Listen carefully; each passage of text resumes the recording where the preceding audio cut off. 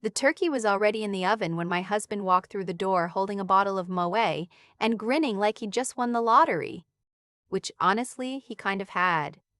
"They approved the bonus," he said, setting the bottle on the counter. "Final number came through this morning, $312,000. I turned down the heat on the stove and looked at him. 312,000.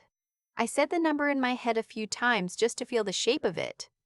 "That's incredible," I said, and I meant it. I really did. He popped the champagne right there in the kitchen at 11 in the morning, poured 2 glasses, and we toasted. I remember thinking, maybe this is the turning point. Maybe now things get a little easier, a little more balanced. We've been doing the 50-50 split on everything since we got married. Groceries, utilities, the mortgage on the house his parents helped him buy before we met. My consulting income was good, but it wasn't finance director good. It wasn't $312,000 bonus good. I thought about the student loans I'd been chipping away at for 6 years. I thought about the car repair I'd put on a credit card in September because the timing was bad. I thought about all the dinner parties I'd planned, shopped for, cooked, and cleaned up after. For his clients, for his colleagues, for his family, while he refilled wine glasses and talked steel flow. But I smiled and drank my champagne. We got married when I was 28. I'm 33 now. His name is... Well, I've started thinking of him in terms of what he was to me rather than who he said he was, so I'll just call him my husband, because that's the role he played. And roles, I've learned, matter more than names. The prenup was his idea. I didn't fight it.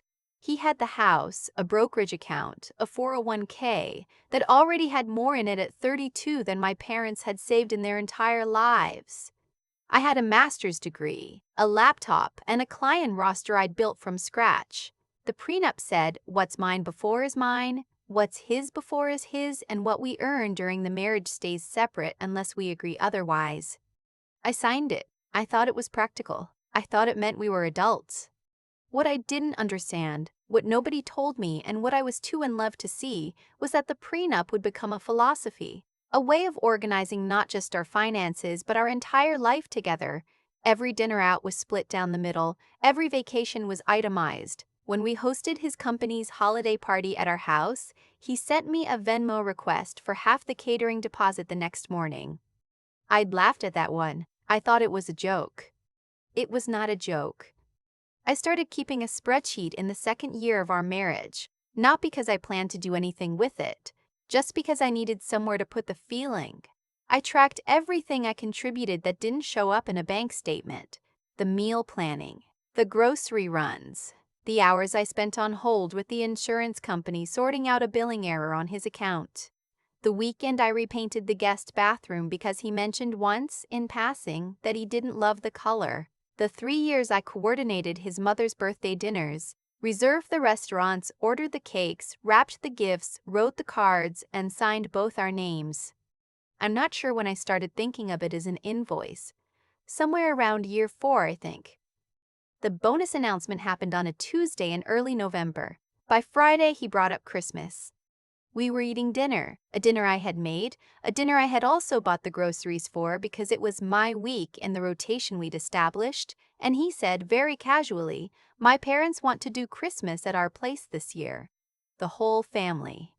I put down my fork. How many people? Probably 16, maybe 18 if my aunt brings her boyfriend. 16 to 18 people, in our house, for Christmas. "Okay," I said, "we'll need to plan ahead. Catering, or are we cooking?" "I figured we'd do it ourselves," he said. "More personal that way." I nodded slowly. "And the costs?" He looked at me like it was obvious. "Split it." I picked up my fork again. I didn't say anything else. But something in me went very quiet and very still, the way a room goes quiet right before a storm moves in. He had just received a $312,000 bonus. I had just paid $800 to fix the transmission on my 7-year-old Honda, and he wanted to split the cost of Christmas dinner for 18 people. That night, after he fell asleep, I opened my laptop and I looked at my spreadsheet. 5 years of data. I'd been meticulous without even meaning to be. Grocery runs, home maintenance coordination, social planning, administrative labor. I logged it all with dates and estimated hours. Out of habit, out of something that felt at the time like harmless record keeping. I sat there in the dark and I did some math. Using the average U.S. rates for household management services, personal chef work, event planning, and general administrative assistance, rates you can look up on any staffing agency website, the total value of the labor I had provided over 5 years of marriage, unpaid, came to just over $187,000. I stared at that number for a long time. Then I opened a new document and I started to write. I want to be clear about something. I did not go into what happened next with a plan to blow up my marriage. I went into it with a plan to be fair. He wanted 50-50. I was going to give him exactly that. I started shopping for Christmas the second week of November. I was thorough. I priced out everything. A heritage turkey from the farm stand 40 minutes away, the good kind that costs 4 times what the grocery store version does. Prime rib as a second protein because his brother keeps kosher adjacent and doesn't always eat turkey. Fresh-made sides from the local Italian market. A custom dessert order from the bakery his mother loves, the one in the suburbs where a single pie costs $38. I put it all in a spreadsheet. Every item, every vendor, every estimated price. The total for feeding 18 people a proper Christmas dinner, done the way his family expected it to be done, came to $1,240. Half of that was $620. I transferred $620 from my account into our joint household fund, which we used for exactly this kind of shared expense. I noted the transfer in our shared budgeting app with the memo, "My share of Christmas dinner groceries." Then I went shopping. For 2. I bought a small roasted chicken, the rotisserie kind, already done, from Whole Foods, a container of mashed potatoes, a bag of green beans, a bottle of wine I actually liked, a slice of pie from the regular grocery store, the decent one, not the $38 one. Total $47. I brought everything home and put it in the refrigerator. Then I sat down and I wrote my husband a very polite, very clear email. I told him that I had reviewed our household agreement and that I agreed the costs of Christmas dinner should be split equally. I told him I had contributed my $620 to the joint fund as documented in the app. I told him that since we were splitting costs, I had purchased provisions for my share of the dinner, which covered myself. I noted that if he intended to host 16 to 18 additional guests, the cost of feeding those guests would fall under his share of the expenses, since they were his family and his invitation. I ended the email by attaching a separate document, the one I'd been working on since Tuesday night, which I described as a summary of household labor contributions over the past 5 years, valued at market rates for his reference. I sent it at 11:47 p.m. on a Wednesday. I slept better than I had in months. He found the email at 6 a.m. I heard him in the kitchen. The particular silence that happens when someone is trying very hard not to make noise while they are, in fact, extremely agitated. He came to the bedroom doorway. "What is this?" "Good morning," I said. "This email, what is this?" "It's documentation," I said. "You've always appreciated documentation." He stared at me. I could see him trying to find the angle, the loophole, the way to reframe what I'd said so that I was the one being unreasonable. I'd watched him do it in work calls. He was very good at it. "You're being ridiculous," he said finally. "I'm being 50-50, I said. "Isn't that what we do?" He left for work without eating breakfast. Christmas morning, his family arrived in waves. His parents first, his father with a bottle of wine, his mother with a look on her face that already said she expected to be taken care of. Then his brother and sister-in-law with their 3 kids, who immediately began running through the house. Then his aunt, without the boyfriend, looking put upon. Then 2 cousins, a grandmother, a family friend his mother had invited without telling anyone. 18 people. I had counted correctly. They stood in the living room, which I had not decorated. That had always been my contribution, the garland on the mantel, the candles, the arrangement on the dining table. This year, the living room looked like it did in November. His mother looked around. It's a little bare, isn't it? I didn't get to the decorating this year, I said pleasantly. I've been busy. She made a sound. His brother went to the kitchen and opened the refrigerator. I heard him from the hallway. There's a rotisserie chicken in here. That's mine, I said. What do you mean it's yours? I mean, I purchased it for myself, for my Christmas dinner. Long pause. What are we eating? I looked at my husband, who was standing in the doorway between the kitchen and the living room with the expression of a man who has just realized the bridge he's been driving toward is, in fact, out. That's a great question, I said. Honey? What followed was not pretty, and I'm not going to pretend it was. There was a lot of talking in low, urgent voices in the bedroom. His mother cried briefly. One of the kids actually did ask if there was going to be food, sweetly, without guile, the way children ask things, and I felt genuinely bad about that.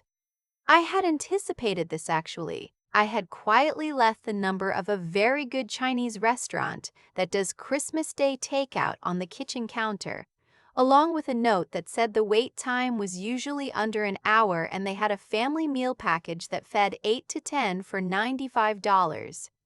His brother found the note. They ordered 2 packages.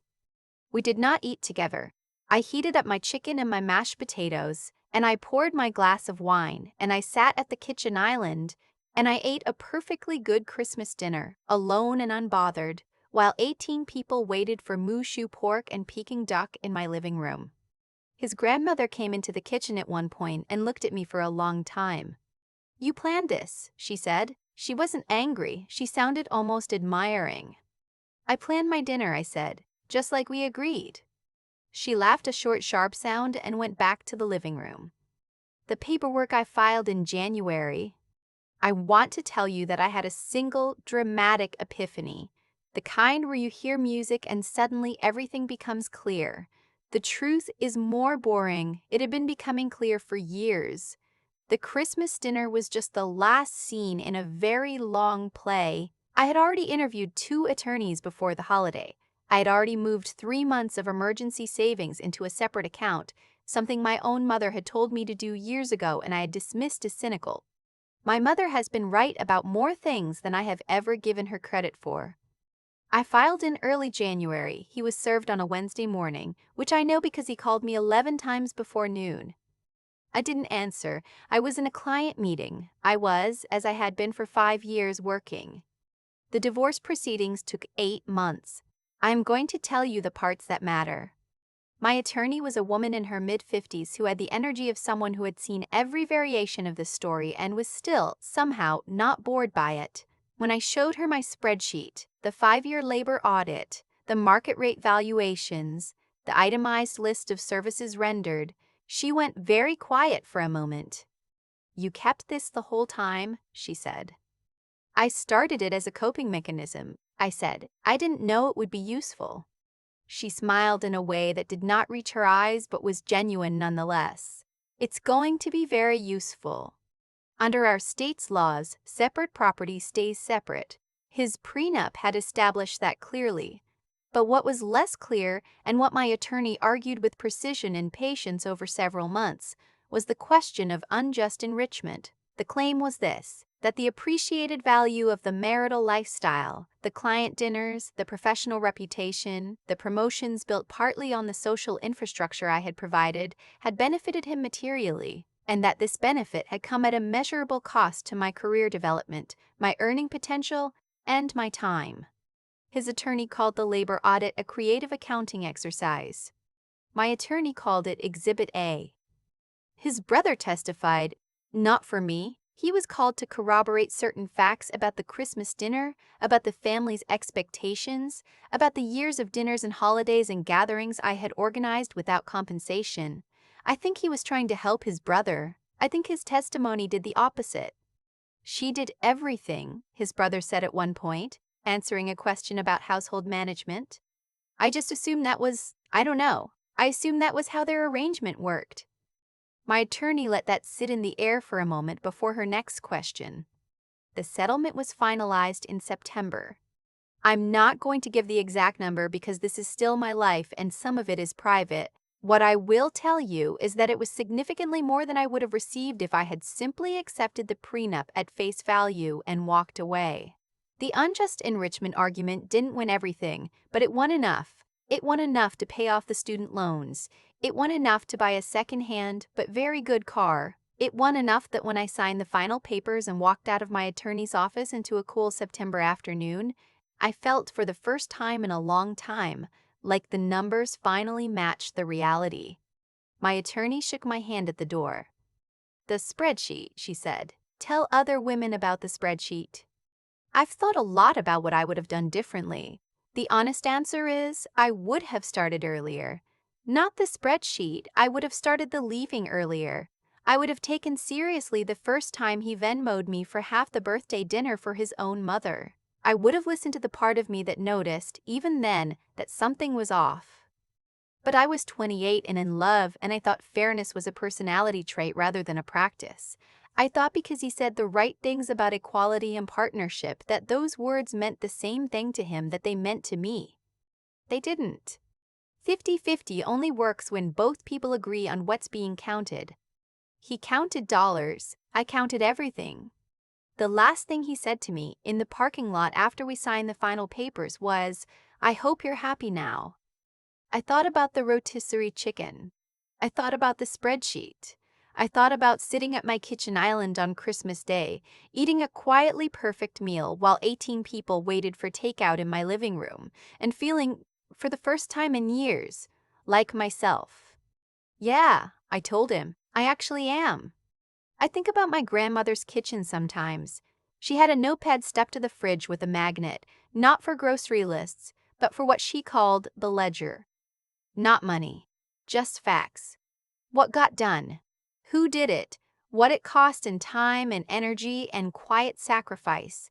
She never showed it to anyone. She said it was just so she didn't forget the truth of things when someone tried to tell her a different version. I didn't understand that when I was young. I understand it now. The spreadsheet I kept for 5 years wasn't bitterness. It wasn't strategy, at least not at first. It was my version of her notepad, a way of honoring the reality of what I was contributing when the people around me had decided, without ever saying it out loud, that my contributions didn't count because they didn't show up in a direct deposit. There's something that happens to a person when their labor is treated as invisible for long enough. You start to wonder if maybe it is. The people who love you should be the last ones to make you feel that way. When they're the first, that's information worth keeping. What I did that Christmas wasn't cruel, even though I know some people heard the story and thought it was.